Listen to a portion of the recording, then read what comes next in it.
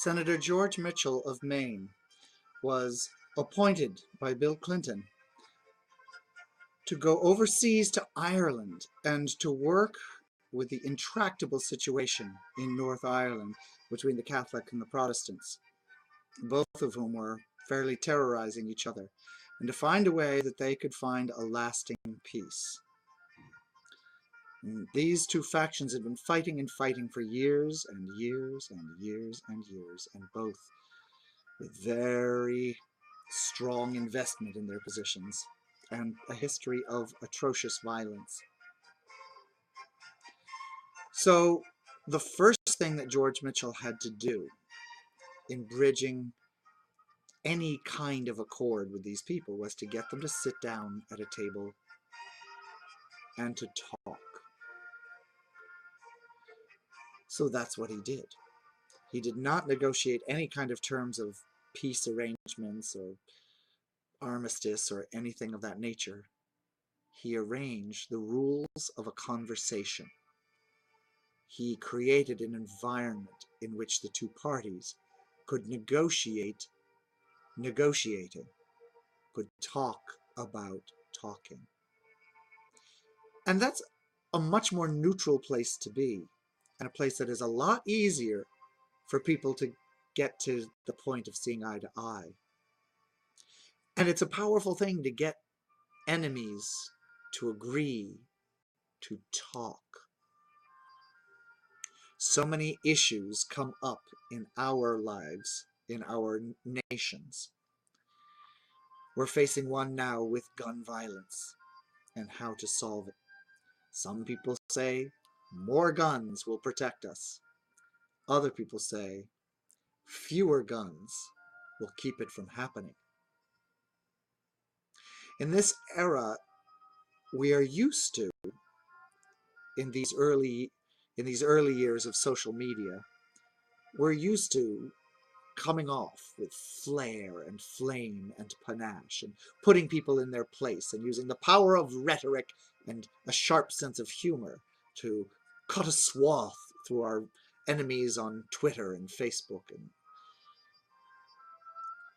that doesn't seem to be as effective. In fact, Russians seem to have exploited that in the 2016 election and after, using that type of social discourse,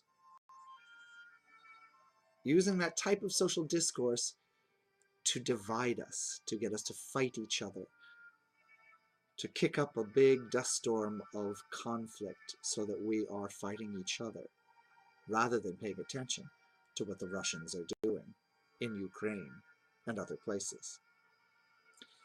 It's psyops.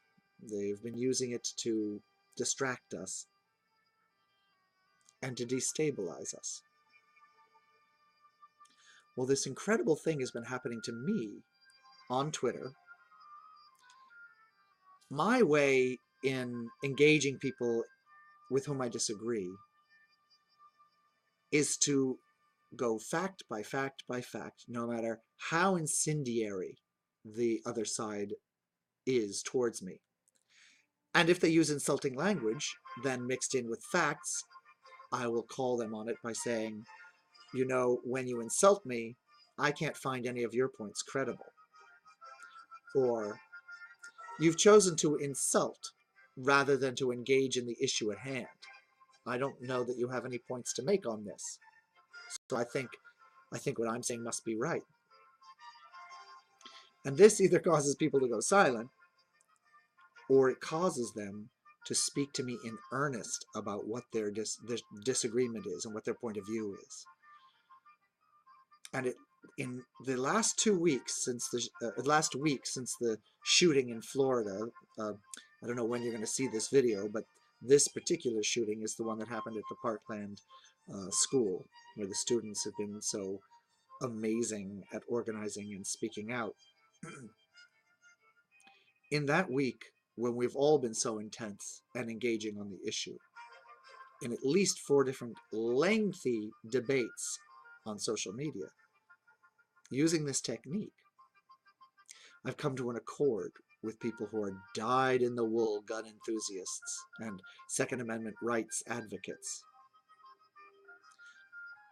And even though we have not convinced each other of our points, an amazing thing has happened.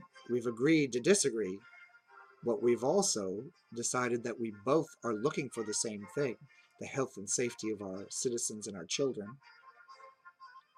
and that we are both able to hear each other and honor the fact that we're carrying on an intelligent and respectful debate.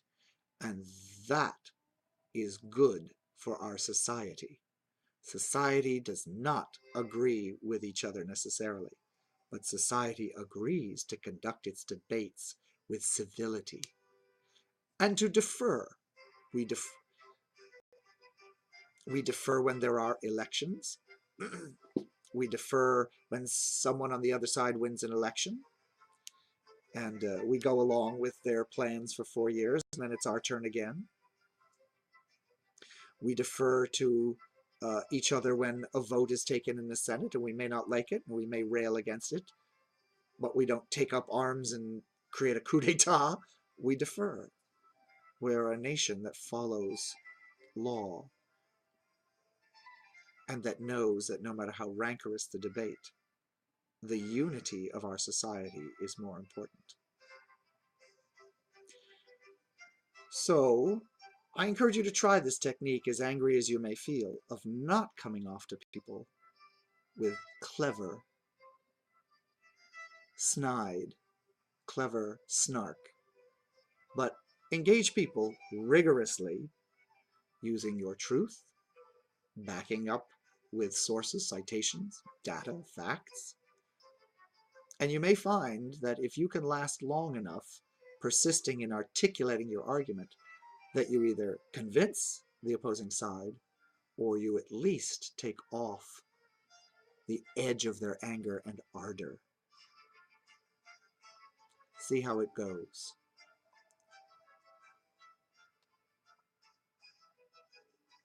Respect, if not kindness, is everything.